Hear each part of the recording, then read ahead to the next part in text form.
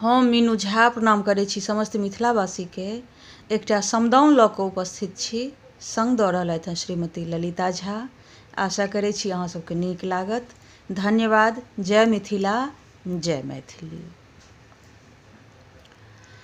सुगा जे पोसितौं भजन सुनबितै,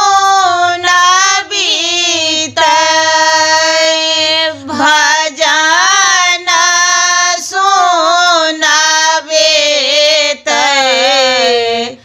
धिया पोसे किछु नहि भेल, धिया पोसे किछु नहि भेल। घीबक घैला जकाँ पोसलौं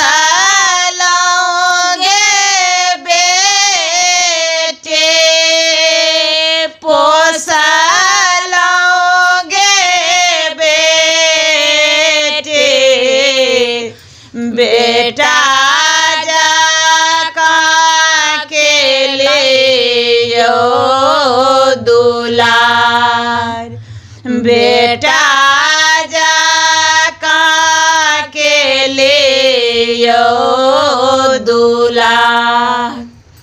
ओलते छाहरे में रखले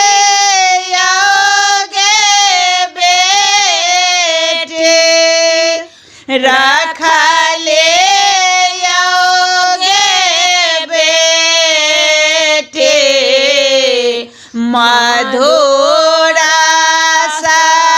दूध पियाय, मधुर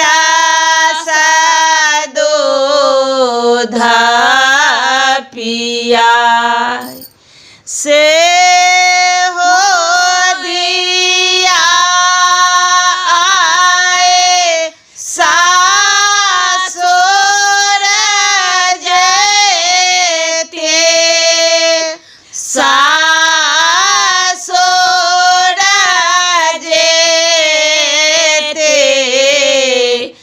सोना भवन केने जाय, सोना भवन केने जाय।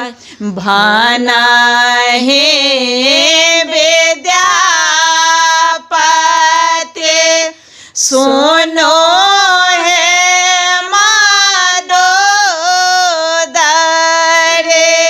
सुनो है मादोदरे, इहो थे का जगत करेत, इहो